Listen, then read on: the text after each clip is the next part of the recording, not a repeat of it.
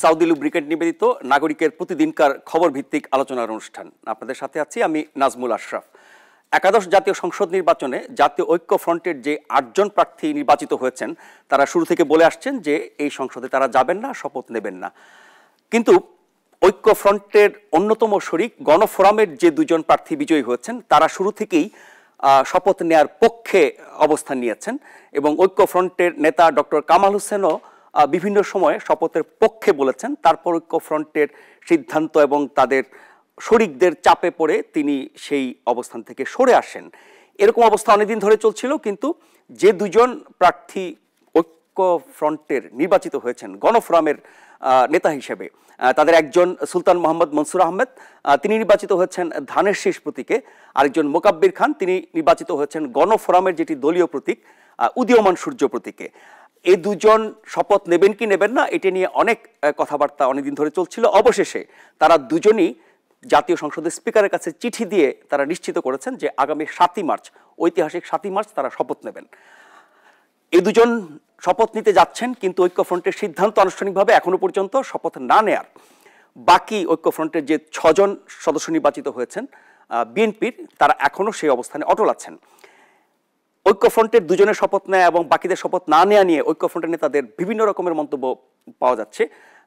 অনেকে বলছেন তারা বিষয়টি সম্পর্কে জানেন না, অনেকে বলছেন গণফোরামের 2 জন শপথ নিলেও ঐক্য ফ্রন্টের ঐক্যে কোনো ফাটল দেখা দেবে না। এই অবস্থায় এই 2 জন শপথ নিলে পরে কোনো আইনগত সমস্যা হবে কিনা সেটিও দেখবার বিষয়, সেটি নিয়েও আলোচনা হচ্ছে। তারা দলীয় সিদ্ধান্তের বাইরে গিয়ে যদি শপথ নেন তাহলে তাদের সদস্যপদ থাকবে কি থাকবে না, এ ব্যাপারে সংবিধান কি বলে এবং অতীতের উদাহরণ কি আছে, এই সব কিছু নিয়ে আমরা আজকে আলোচনা করব। আমাদের আলোচনার বিষয় হচ্ছে শপথ কেন দেরিতে।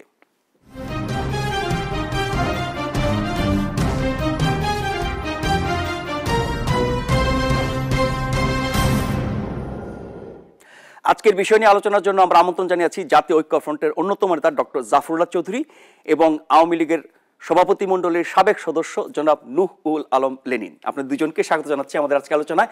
যারা দেখছেন নিশ্চয়ই আমাদের আলোচনায় যোগ দেবেন, প্রশ্ন করবেন, মতামত দেবেন নিশ্চয়ই। ডক্টর জাফরুল্লাহ চৌধুরী, আপনাকে দিয়ে শুরু করি। যে কথাটি বললাম, এই 2 জনের শপথ নেয়া যেখানে ফ্রন্টের সিদ্ধান্ত নেই, আবার গণফোরামও আনুষ্ঠানিকভাবে বলছে না যে তারা শপথ নেওয়ার পক্ষে, কিন্তু তাদেরকে ফেরাচ্ছেও না, বাধাও দিচ্ছে না। আর অনেকেই বলছেন ঐক্য ফ্রন্টের যে এতে ফ্রন্টের কোনো ঐক্যের সমস্যা হবে না। ফ্রন্ট যে উদ্দেশ্যে তৈরি হয়েছিল এবং যে অবস্থানে এখন আছে তার একটি বড় শরিক বিএনপির বাইরে একমাত্র শরিক হচ্ছে গণফোরাম, যাদের 2 জন প্রার্থী বিজয়ী হচ্ছেন। তারা যদি আলাদা অবস্থান নেন তাহলে কেন ঐক্যে কোনো সমস্যা হবে না?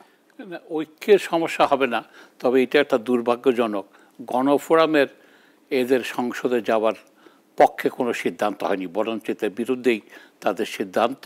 এবং কামাল হোসেন সাহেবও একবার মোকাব্বির দেখা করতে এসেছিল, আমি উপস্থিত ছিলাম, সেখানেও কামাল হোসেন সাহেব বলেছে অপেক্ষা করো গণফোরামের সিদ্ধান্তের জন্য, এই জন্য অপেক্ষা, সেদিন আমি ছিলাম। আজকে যেটা হচ্ছে কি, ইনাদের নির্বাচন করার পরে জয়ী হলে সংসদে যাবে, এটা একটা স্বাভাবিক কামনা। তবে দল করলে দলেরই আজকে তাদের এই তাড়াহুড়া করার ফলে সমগ্রভাবে তাদেরকে যারা নির্বাচিত করেছে, নির্বাচিত কেবল জনগণের ভোটে, তার দলেরও একটা বিরাট ভূমিকা আছে, তাদেরকে বিপদগ্রস্ত। আজকে বিষয়টা নিয়ে একটা, ইনারা যদি এটা না করলেই ভালো করতেন আমার মতে। আমি সংসদে যাওয়ার বিরুদ্ধের পক্ষের লোক নই, আমি মনে করি সংসদে যাওয়া উচিত, সংসদে যেয়ে সেখানে যুক্তিতর্ক, তবে কিভাবে সংসদে যাব সেটা বিবেচনার বিষয়। আজকে হাজার হাজার কর্মীকে বাইরে রেখে যারা আমাদের জন্য ক্ষতিগ্রস্ত হয়েছেন, বিপদগ্রস্ত হয়েছেন, মামলা মোকদ্দমাতে পথে পথে ঘুরে বেড়াচ্ছেন, তাদের প্রতি অন্যায় করা হবে, তাদের প্রতি অপমান করা হবে।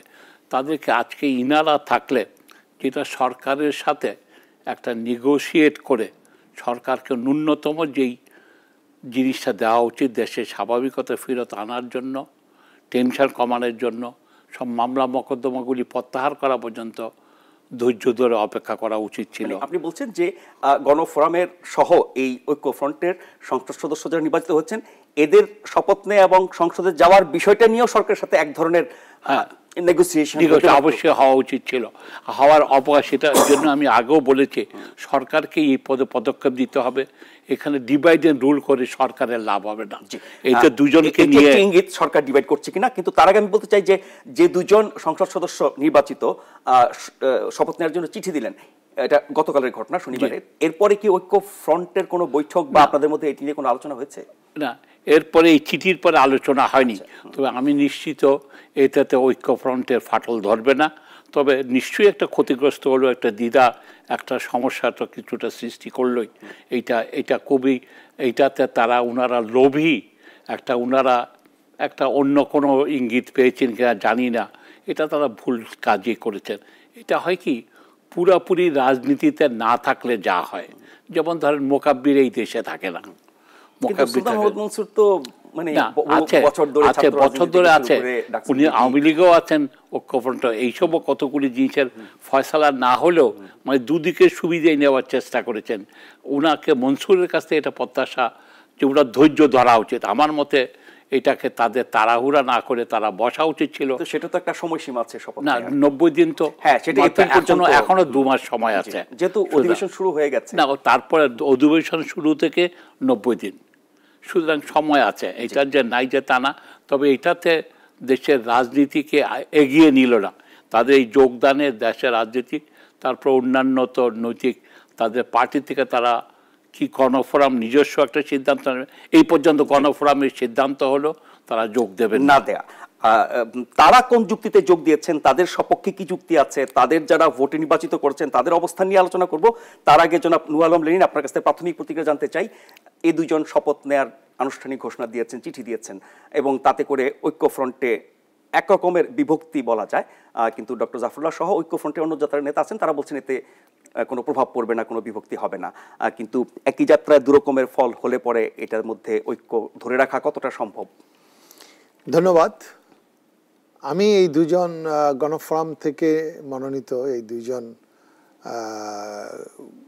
নির্বাচিত জনপ্রতিনিধি শপথ গ্রহণকে, তাদের সিদ্ধান্তকে স্বাগত জানাই। এবং আমি মনে করি যে ভোটারদের ভার্ডিক্ট নিয়ে তারা জাতীয় সংসদে এসছেন,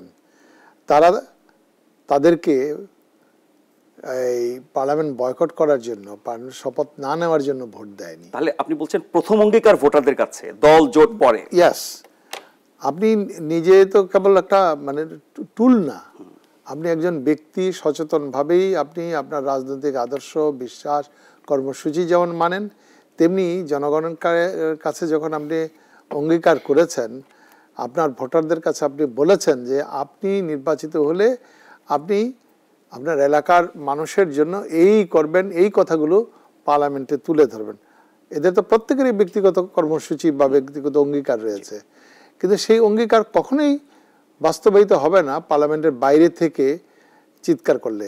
যেহেতু জনগণ তাদেরকে এই প্রত্যাশা নিয়ে ভোট দিয়েছে, ইয়াস তোমরা যখন এই অঙ্গীকার দিয়েছো, আমরা তোমার উপর এই আস্থা স্থাপন করছি যে আমাদের এই কথাগুলো, আমাদের এই প্রত্যাশা তোমরা পার্লামেন্টে প্রতিধ্বনিত করবে। এবং সেটা করার জন্য তারা প্রথমেই তাদের উচিত ছিল এই শপথ নেওয়া। তারপরেও দলীয় সিদ্ধান্ত, জোটের সিদ্ধান্তের কারণে তারা বিলম্ব করেছেন, এবং এই বিলম্ব করে না কোনো দেশের লাভ হয়েছে, না তাদের কোনো লাভ হয়েছে। বরং আমি মনে করি যে এই যে প্রথম অধিবেশনেই শুরু থেকেই তারা কার্যকরভাবে যদি বিরোধী দলের ভূমিকা নেওয়ার ইচ্ছা তারা থাকতো, তারা কার্যকরভাবে তাইলে কতগুলো ভয়েস তারা ওইখানে রেজ করতে পারতেন। আমাদের জাফরুল্লাহ ভাই যে কথাগুলো বার্গেনিং করার জন্য তারা বলছেন যে এই বার্গেনিং করে যাওয়া, সেটাতে কিন্তু তারা পার্লামেন্টে গিয়ে বক্তব্য এই দুজন দিয়েছেন। আমি সেখানে আসবো, তার আগে একজন দর্শক আছেন, ফোনটা নিয়ে নেই। কে আছেন কোত্থেকে? হ্যালো, আসসালামু আলাইকুম। ওয়ালাইকুম আসসালাম। আমি কামরুজ্জামান লাবলু, নাটকের লালপুর থেকে। জি বলেন। আমার প্রশ্ন ডক্টর জাফরুল্লাহ খানের কাছে, যে বিএনপি সহ জাতীয় ঐক্যফ্রন্টের যে 8 এমপি নির্বাচিত হয়েছে, তারা কি ভোট কারচুপির মাধ্যম দিয়ে নির্বাচিত হয়েছে?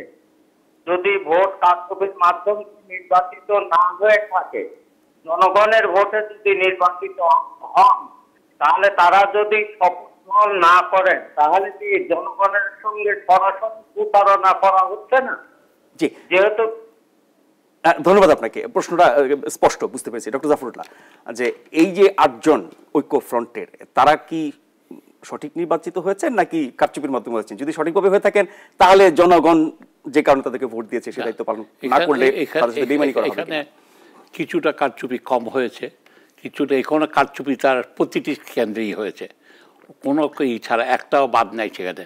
তাহলে এতে যদি ভোটের মাত্রা দেখা যায় এটা বলা যেতে পারে। এখন এটা পরীক্ষা না করে একটা বিচার বিভাগীয় তদন্ত হলে আমার কথাটা প্রমাণ পাওয়া যেত। একটা জাতির ভোট যেটা হয়, আমাদের 70% যদি ভোট জাতীয় নির্বাচনে 70-এর মতো ভোট পড়ে, তাহলে তারা অনেক বেশি ভোট পেত। এক একটা এলাকায় থাকে লোকের এইটা, যেমন কি সুলতান মনসুর হয়তো আরও বেশি ভোটেই পেতেন যদি কারচুপি কম হতো বা হতো। কিন্তু মূলত জনগণের একটাই যে 8জন, সেইভাবে এটা উল্টাভাবে বলা যায় সরকার এদেরকে ঠেকাতে চান নাই, তাই তারা এই ফাঁক দিয়ে বেরিয়ে আসতে পেরেছেন। মানে এই চুরি হয়েছে এই ব্যাপারে কোনো সন্দেহ নাই, দুর্বৃত্তায়ন হয়েছে, লুণ্ঠিত হয়েছে ভোটের অধিকার, এই ব্যাপারে কোনো কোনো সন্দেহের অবকাশ নাই। আচ্ছা, যে দুজন শপথ নিতে যাচ্ছেন, পত্রপত্রিকার খবর, জোটের এবং দলের ভিতরের খবর বলছি আমি, যে সংসদে গিয়ে ভূমিকা রাখা, আন্দোলনের অংশ হিসাবে রাজপথে বাইরে যে কথাগুলো নির্বাচন নিয়ে আপনারা বলছেন, সেই কথাগুলো সংসদে আরো জোরালোভাবে তুলে ধরা, রেকর্ডে রাখার জন্য সংসদে যাওয়ার ব্যাপারে ঐক্যজোট বা বিএনপির উপরে দেশি বিদেশি চাপ আছে। আপনিও বাংলা ট্রিবিউনের একটা ইন্টারভিউতে বলেছেন যে বিদেশি চাপ তো আছেই, সেটার অংশ হিসাবে যাওয়া বা পরবর্তীতে আরো হতে পারে কি? না, এটা যেটা হলো কি, এখানে যে অবস্থা আমরা দেখি সংসদে তো একটা তথাকথিত বিরোধী দল আছে, তারা তো দেখছে দেশে, তারাও জানে দেশে কি হয়েছে। তারা কি একবারও বলেছে দেশে স্বাভাবিক অবস্থা আনেন? সেটা কোনো কথা নাই। ইনারা আছেন বেতন ভাতা পাবেন, গাড়ি ঘোড়া পাবেন, ফ্ল্যাগ পাবেন, এটাতে কোনো ভূমিকাই রাখতে পারবেন না। সরকারের সাথে একটা সমঝোতা না হলে, সরকার যদি সত্যিকার অর্থে কোনো সমঝোতা চাইতো, তারা একটা দুটা সংসদীয় কমিটি এই 8জনের জন্যই রেখে দিত। বলতে যে সব না করে, ইনারা যদিও সংখ্যায় কম কিন্তু সত্যিকার অর্থে তো জনগণের একটা এরা পার্টি, এটা না করা যাবে না। আজকে কয়টা সিট পেয়েছে কিভাবে সেই আলোচনা করে লাভ নেই, সেটার জন্য বিচার বিভাগীয় তদন্ত। আপনি বাংলা ট্রিবিউনকে বলেছেন যে বিদেশিরা তো একরকম বলছেই যে শপথ নেওয়া উচিত, বিদেশিরা কারা? বিদেশ সব এখানে যে সমস্ত আছে দূতাবাস, কিন্তু তারা তো যেমন কি তারা বলেছে সে আমি যেমন বলি যে সংসদে যেও সেটা করা যায়, কিন্তু কার মৃতদেহের উপর দিয়ে যাব আমি? কার এই হাজার হাজার মানুষের কান্নার মাঝখান দিয়ে আমার যাওয়া উচিত কিনা? কিন্তু যদি এভাবে বলা হয় যে তাদের কজগুলো, তাদের কারণগুলো আরো বড় করে তুলে ধরার জন্য, আমাকে যতদিন পর্যন্ত বিদেশি নির্ভরশীলতাও এই দেশের রাজনীতি প্রতিষ্ঠিত না হওয়ার একটা কারণ, ওদের প্রতি বেশি ভরসা করা উচিত। ফ্রন্ট বা বিএনপির ভেতরেও কি এরকম একটা মত আছে সংসদে যাওয়ার? সংসদে যাওয়ার ব্যাপারে ঐক্যফ্রন্ট আমরা একমত যে এই অবস্থায় সংসদে যাওয়ার কোনো রকম কোনো শুভকান্ত আসবে। যেমন কি ধরেন এই যে ইলেকশনটা, এই যে ঢাকা ইলেকশনে কেন পার্টিসিপেট করলাম না আমরা? তার কারণ হলো কেন অর্থহীন এই নির্বাচন। আজকে উপজেলার নির্বাচনও তাই হবে। ফলে কি হবে, দেশ একটা ভয়ানক ভুল পথে অগ্রসর হচ্ছে। দেশে আমলারাই শাসন করবে, জনগণ দেশ শাসন করবে না। আমলারা শাসন করবে, সামরিক বাহিনী আশেপাশে থাকবে, এই করে লক্ষ্যে এটা একটা দেশের যে কোনো স্বাধীন দেশের। জি, শপথ নেওয়ার ব্যাপারে জনাব সুলতান মোহাম্মদ মনসুর আহমেদ বলেছেন স্থানীয় জনগণের মতামতকে প্রাধান্য দেওয়া হচ্ছে। তার নির্বাচনী এলাকার দলমত নির্বিশেষে শতভাগ জনগণ শপথের পক্ষে আছেন, তাই অন্য কে কি বললো তাতে কিছু আসে যায় না। দলের সিদ্ধান্ত না থাকলেও শপথ নেওয়া নিয়ে কোনো জটিলতা তৈরি হবে না বলে মনে করেন তিনি। তো প্রথম অঙ্গীকার তো ভোটারদের কাছেই, যেটি তিনি বলছেন যে শতভাগই চাচ্ছে সেখানে যাওয়ার। ভোটারদের কাছে অবশ্যই ভোটারদের কাছে একটা অঙ্গীকার আছে। ভোটাররা তাকে কার প্রতিনিধি হিসাবে ভোট দিয়েছেন? ঐক্যফ্রন্টের প্রতিনিধি হিসাবে। খালি সুলতান মনসুরকে ভোট দেয় নাই, এটা ভুলে গেলে চলবে না। সুলতান মনসুর আগের তার একটা পরিচয় ছিল ছাত্রনেতা, সে কোথায়, তার না আওয়ামী লীগের কোনো অবস্থান ছিল, না গণফোরামে কোনো অবস্থান ছিল। সে যখন ঐক্য প্রক্রিয়া হয় তার অক্ষ হিসাবেই তাকে মোস্তফা আমিনেই তাকে প্রতিষ্ঠিত করেছে। সত্যি কথা বলতে কি সেটা ওনার একার চেয়ে আজকে আমি ব্যক্তির চেয়ে এই যে একটা দলের একটা অনেক বেশি গুরুত্ব। উনি নির্বাচিত হয়েছেন, জনগণ ভোট দিয়েছে ঠিকই আছে, উনি নির্বাচিত হয়েছেন ধানের শীষ প্রতীক পেয়েছেন বলে, উনি নির্বাচিত হয়েছেন কামাল হোসেন তাকে মনোনয়ন দিয়েছেন বলে। সুতরাং এটা খুব ভুলে গেলে চলবে না, সবকিছু মিলেই করা উচিত। তো সেই জন্য উনার ওখানে মধ্যে উনি জনগণের চায় এই সময়টা উনার লোভের বহিঃপ্রকাশ বলেই আমার কাছে মনে হচ্ছে। একটা ফোন নিয়ে আসছি, কে আছেন কোত্থেকে? হ্যালো হ্যালো, আসসালামু আলাইকুম। জি ওয়ালাইকুম আসসালাম, শুনতে পাচ্ছি, বলুন। জি ভাই, আমার প্রশ্ন হলো, আমার হয় ওই গণফোরামের যে দুজন শপথ নিতে যাচ্ছে, জি এতদিন নাটক করে এখন শপথ নিতে যাবে, তার মানে তারা বোধ হয় ওই বেতন ভাতা আর ওই যে ট্যাক্স ফ্রি গাড়ি এইগুলার লোক বোধ হয় সামলাইতে পারতেছে না। আচ্ছা, এটা আপনার ধারণা। আমরা কথা বলছি জাতীয় ঐক্য ফ্রন্টের দুজন নির্বাচিত সংসদ সদস্যের শপথ নেওয়া সম্পর্কে, বিলম্বিত শপথ নেওয়া। যে দুজন শপথ নিতে যাচ্ছেন তারা বেতন ভাতা ট্যাক্স ফ্রি গাড়ি এসবের লোভে তারা শপথ নিচ্ছেন কিনা। আমি এর সাথে একটু জুড়ে দেই, যেটি পত্রপত্রিকায় খবর এসেছে যে এই ঐক্য ফ্রন্টে বিএনপিকে আরও চাপে ফেলার জন্য গণফোরামের দুজনকে শপথ নেওয়ানোর পেছনে সরকারের কিছু ভূমিকা আছে। ডক্টর জাফরুল্লাহ এরকম একটা ইঙ্গিত দিচ্ছিলেন। আপনি সরকারি দলের নেতা হিসেবে বলেন যে এখানে সরকারের কোনো ভূমিকা আছে কিনা, বা থাকলে পরে সেটা সরকারের কোন লাভে? বিএনপিকে আরো চাপে ফেলার জন্য? বিএনপি কি আর চাপ দরকার আছে যে অবস্থায় গেছে তারা? আর যে দুজন শপথ নিচ্ছেন, একজন দর্শক বলছিলেন যে তারা বেতন ভাতার লোভে যাচ্ছেন। ধন্যবাদ। আমার মনে হয় যে সরকারি দলে চাপ আছে কি না, মানে আছে, এইটা সরকারি দলের চাইতে বেশি ভালো জানেন জাফরুল্লাহ ভাই, কারণ সরকারের সাথে নিশ্চয়ই ওনার গভীর যোগাযোগ আছে। কারণ আমি তো জানি, যেটা আপনি পরে বললেন যে সরকারের তো এরপরেও আর চাপের কি কোনো প্রয়োজন আছে? সরকারের কি সংসদের লোকের অভাব হয়ে পড়ছে? আর এমন দুইজন ব্যক্তিও না যারা পার্লামেন্টে অংশগ্রহণ না করলে এই পার্লামেন্ট অর্থহীন হয়ে পড়বে। সুতরাং আমি মনে করি না যে এতে সরকারের এই ব্যাপারে কোনো চাপ প্রয়োগের ব্যাপার আছে। আমি আবারও মনে করি যে তারা মানে নির্বাচক মণ্ডলীর কাছে তারা অঙ্গীকারাবদ্ধ, সেই দিক থেকে তারা তাদের রায় মেনে নিয়ে তাদের শপথ গ্রহণ করা উচিত। এক। দুই নম্বর, শুধু তারা না, যে 6 জন নেননি আমি তাদেরও মনে করি যে এই নির্বাচন নিয়ে যদি হাজারো প্রশ্ন তারা উত্থাপন করতে চান, সেখানেও আমি বলবো যে ইয়াস, দে হ্যাভ রাইট, এবং তারা সেই প্রশ্নগুলো পার্লামেন্টের ভেতরেও করুন, পার্লামেন্টের বাইরেও করুন। কিন্তু তারা পার্লামেন্টের ভিতরে না গেলে বাইরে বসে যেই চিৎকার তারা করবেন, হ্যাঁ, সেইটা মানুষের কাছে সবসময় গ্রহণযোগ্য হবে না। গণতান্ত্রিক আন্দোলনের একটা মানে চিরকালীন গ্রহণযোগ্য রীতি হচ্ছে যে পার্লামেন্টের ভিতরে এবং বাইরে জনগণের কথা প্রত্যাশা এটা তুলে ধরতে হয়। সেখানে পার্লামেন্টে যত সীমিতই থাকুক টাকাটা শক্তি, তারা যদি পার্লামেন্টের ভিতরে থাকতেন তাহলে পরে সেইটা এখানে তাদের কণ্ঠস্বর উচ্চকিত হতো এবং মানুষ আরও বেশি করে উইথ অথেন্টিসিটি জানতে পারতেন। এবং পার্লামেন্টের ভিতরে সুবিধা কি জানেন, যে বাইরে জনসভা করে বা সংবাদ সম্মেলন করে বা যাই বলি না কেন, বিবৃতি দিয়ে আমি যাই বলি, কেউ nobody is responsible for answer me. কিন্তু পার্লামেন্টের ভিতরে আপনি স্পিকার, আমি একজন, আপনি তখন ওনাকে বলবেন সরকারি দল যে এই সদস্য এই প্রশ্ন করছে, আপনি উত্তর দিন। এই যে জবাবদিহিটা একটা পার্লামেন্টের ভিতরে হয়, সেই সুযোগটা যত ছোটই হোক না কেন বিরোধী দল সেটা গ্রহণ করতে পারে এবং তার প্রচার যেভাবে বাইরে হয়, বাইরে তারা অনেক বেশি করে তাদের মতের পক্ষে মানুষকে তারা জানাতে পারতেন। এক সুরঞ্জিত সেনগুপ্ত একা ছিল, সেটাই না, আমরা দেখেছি যে 50-60 জনের বিরোধী দলেও কিন্তু সক্রিয় ভূমিকা রাখে 2-4-5 জন, সেই হিসেবে 8 জন কিন্তু যথেষ্ট। এইটা আমি মনে করি এক। দুই নম্বর হচ্ছে সুযোগ সুবিধা। জাফরুল্লাহ ভাই বলছেন যে তারা অপেক্ষা করতে পারতো 3 মাস পরে, আরে 3 মাস পরে তো ওই সুযোগ সুবিধা পেতই, একই কথা। এই 2 মাসের জন্য তারা খুব তড়িঘড়ি করছেন, আমি সেটা মনে করি না।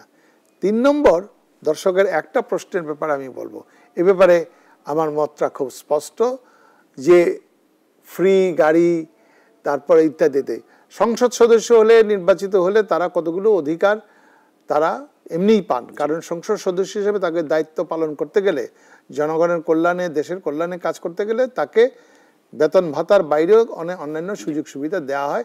এটা আন্তর্জাতিকভাবে গৃহীত রীতি, কিন্তু এইটা আন্তর্জাতিকভাবে গৃহীত রীতি না যে জনগণের পয়সায় কিনা গাড়িটা এবং 2 কোটি টাকার গাড়ি ট্যাক্স ফ্রি পাবে। আমি এইটা মনে করি, আমি এইটা কোনো দলীয় মত হিসেবে মনে করি না। এইটা এরশাদ সাহেব, স্বৈরাচারী এরশাদ যে ঐতিহ্য সৃষ্টি করে গেছিল, এই প্রশ্নে পরবর্তীকালে বিএনপিও ওখান থেকে নড়ে আসেনি, আওয়ামী লীগও আসেনি, কেউ আসেনি। এখানে খুব জাতীয় ঐক্য আছে, এই প্রশ্নে খুব জাতীয় ঐক্য আছে। এবং আমি পার্সোনালি মনে করি যে এইটা বন্ধ হওয়া উচিত। এইটা কোনো রাইট তাদের জনগণ ভোট দেওয়ার সময় বলে নাই যে আপনি ট্যাক্স ফ্রি গাড়ি পাবেন।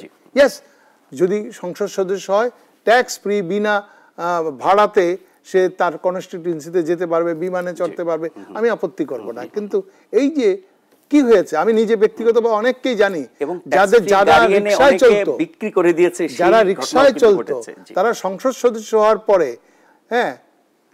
2 কোটি টাকার গাড়ি কিনেছে। হয়তো দেখা গেছে যে এইটার মধ্যে 80-85 লক্ষ টাকা বা 50% তাদের বাতিল হয়ে গেছে, এবং পরে সেটা রাখেও নাই, অনেকে বিক্রিও করেছে।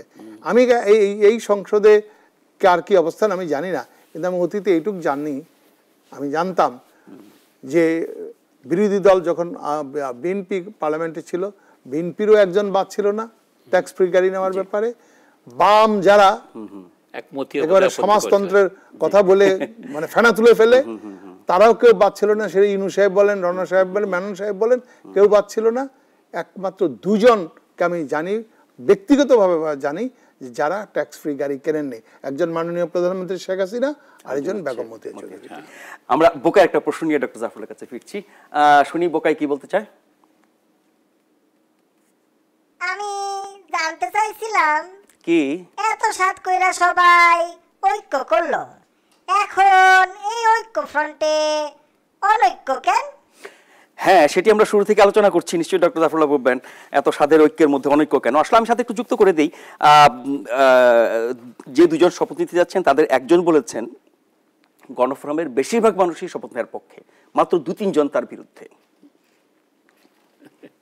এটা আমার তো আমি দেখেছি, আমি মন্টুর সাথে কথা বলেছি, সুব্রত চৌধুরী, অ্যাডভোকেট সুব্রত চৌধুরী এবং কামাল হোসেন। আমি বললাম, আমার সামনেই একদিন আলাপ হচ্ছিল মুকাব্বির, আনুষ্ঠানিকভাবে বলে না বা স্বীকার না, পরিষ্কারভাবে উনি মুকাব্বিরকে বলেছেন তুমি গণফোরামের এই জন্য অপেক্ষা করো। আমার সামনেই যে আলাপটা হয়েছিল, এবং আমি তাই ধারণা যে গণফোরাম তার সিদ্ধান্ত এর যোগদানে এই পর্যন্ত না। আর কি এই 2 জনকে আলাদা করার ক্ষেত্রে সরকারের ভূমিকা, এটা রাজনীতিতে এটা অনেক কিছু হয়, কিন্তু রাজনীতিতে এরা এদের 2জনের সরকার খালি সরকারের উপরে দোষ চাপিয়ে বা তাদের চাপাতে চায় না, এদেরও একটা আশা আকাঙ্ক্ষা, লোভ লালসা, এত বড় একটু রাজনৈতিক লাভ আছে না যে ঐক্য ফ্রন্টকে দুর্বল করে দিলাম। সেই জন্যই বলছি সরকার তো এটা আছে, সরকার এটাও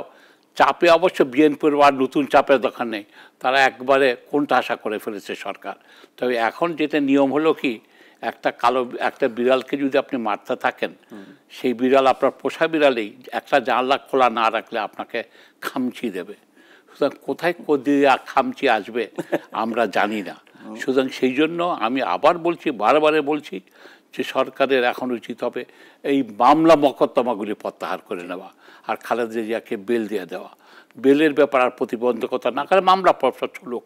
আমি কারো বিরুদ্ধে অন্যায় মামলা না দেয়া, নতুন মামলা, এটি একটা বেল হলে আর একটা মামলা দেওয়া, এইটাতে সরকারের, আমার মনে হয় যে এটা সরকারের রাজনৈতিক কাজ না। এই সব দুর্বুদ্ধি দিচ্ছেন গোয়েন্দা বাহিনীরা, দেশীয় এবং বিদেশিরা, এবং 2-4 জন আমলা। এবং এইটা মাননীয় প্রধানমন্ত্রীকে, এটা হয় কি কানের কাছে ওইসব ফুসফুস করতে থাকলে একসময় এদিক ওদিক হয়ে যায়, প্রভাবিত হয়। যারা আছে আজকে আওয়ামী লীগও তার পার্টি আর রাজনৈতিক এটাকে এক হয়ে গেছে, পার্টিটাকে আলাদা করতে পারলে, তার নেতৃত্ব থাকলে, তাহলে আমার মনে হয় সরকার সুশাসন প্রতিষ্ঠায় অনেক বেশি সফল কাম হবেন। তারা যেহেতু দলের সিদ্ধান্তের বা জোটের সিদ্ধান্তের বাইরে গিয়ে শপথ নিতে যাচ্ছেন, সেক্ষেত্রে তাদের সদস্যপদ থাকবে কি থাকবে না? সংবিধানের যে বিধান আছে সেখানে বলা আছে, যদি কেউ কোনো দল থেকে নির্বাচিত হওয়ার পরে সেই দলের থেকে পদত্যাগ করেন অথবা সেই দলের বিপক্ষে ভোট দেন, দুটোর কোনোটাই তারা করেন নাই, তারা ওই দলের সিদ্ধান্তের বাইরে গিয়ে শপথ নিলে কি হবে বা দল তাদেরকে বহিষ্কার করলে কি হবে, সে ব্যাপারে স্পষ্ট কোনো বিধান সংবিধানে নাই। সেদিক থেকে তাদের দুজনের শপথ নেওয়াটার ক্ষেত্রে কোনো আইনি সমস্যা পড়তে হচ্ছে না। আপনি কি মনে করেন? আমি মনে করি যে আইনের যে প্যাচ, সেই প্যাচে তাদের শপথ গ্রহণের পথে কোনো বাধা নাই, আইনি বাধাও নাই, এবং সংশ্লিষ্ট দলগুলো তাদের বিরুদ্ধে কোনো লিগ্যাল পদক্ষেপ নিতে পারবেন না। কারণ সংবিধানের এই যে 69-79 এবং এই ধারাগুলোতে ওই ব্যাপারে যে সংসদে গিয়ে তারা দলের সিদ্ধান্তের পরিপন্থী বিরুদ্ধে কোনো ভোট দিলে যেমন তাদের সদস্যপদ যেতে পারে, তারা সাইড ত্যাগ করলে চলে যেতে পারে, বহিষ্কৃত হলে কি করবে এইটা কোনো পরিষ্কারভাবে কিন্তু বলা নাই, এবং বহিষ্কারের পরে অনেকে সংসদে কন্টিনিউ করেছে। আপনাদের নিশ্চয়ই তারপরও চাইলে এটাকে কেউ আইনগতভাবে চ্যালেঞ্জ করতে পারে, জবাব যেতে পারে, সেক্ষেত্রে তো বিষয়টা আটকে যাবে না? আমি মনে করি যে এটা দুটো প্রক্রিয়া আছে। একটা হচ্ছে সংসদীয় রীতি অনুযায়ী এটা ভার্ডিক্ট দিতে পারে স্পিকার পার্লামেন্টের ভেতরে, আরেকটা হতে পারে যে হ্যাঁ তারা এই বিষয়ে ব্যাখ্যার জন্য যে কেউ নির্বাচন কমিশনে যেতে পারে, আর থার্ড হচ্ছে সর্বোচ্চ হচ্ছে এটা উচ্চ আদালতে তারা যেতে পারেন, শরণাপন্ন হতে পারেন যে তখন তারা কি বলেন এটার উপরে। তবে এইটার ভিতরে আমি বললাম যে নৈতিকতার তো দুটো দিক আছে, গ্লাসের একটা দিক আমার এই দিকে, আরেকটা গ্লাস আপনি ওই দিকটা আপনি দেখতে পাচ্ছেন, এই দিকটা আপনি দেখতে পাচ্ছেন না। তো এই সিদ্ধান্তেরও দুটো দিক আছে। যে দিকটা আমি বলি যে প্রকাশ্য কমিটেড, সেটা হচ্ছে পাবলিকের কাছে ভোট।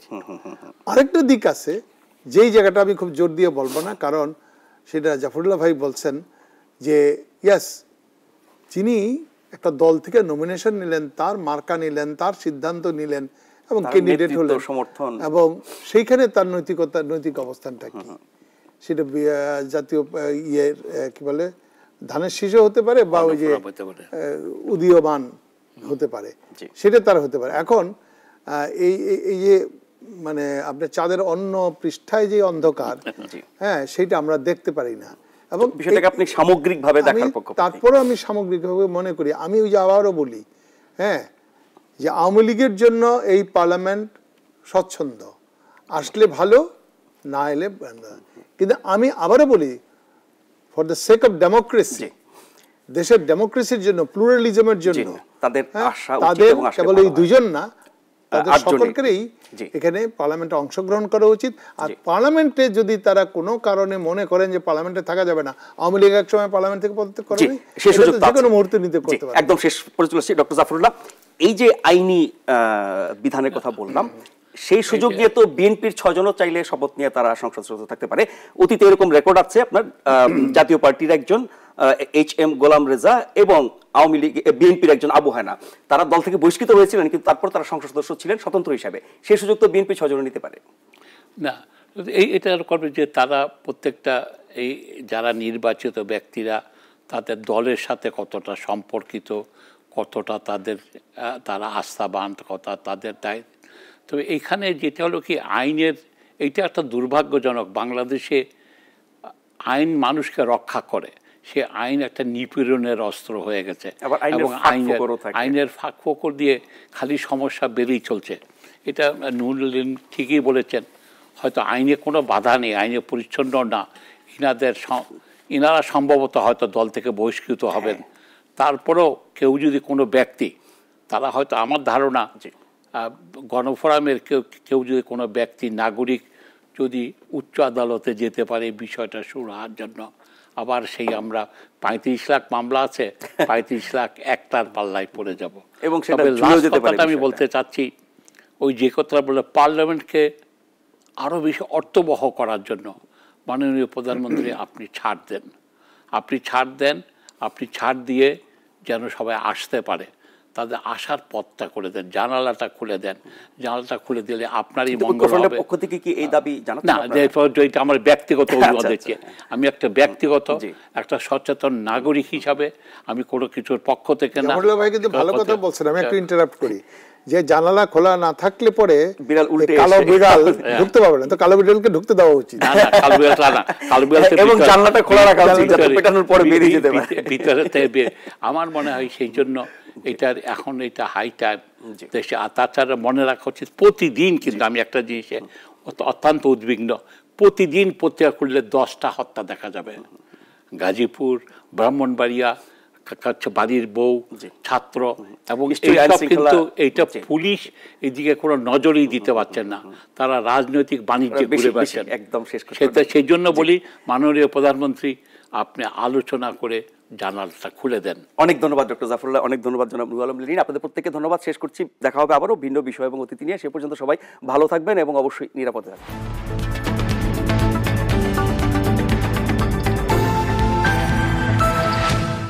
নতুন নতুন ভিডিও পেতে নাগরিকের ইউটিউব চ্যানেলটি সাবস্ক্রাইব করুন এবং পাশে থাকা বেল আইকনটি চাপুন।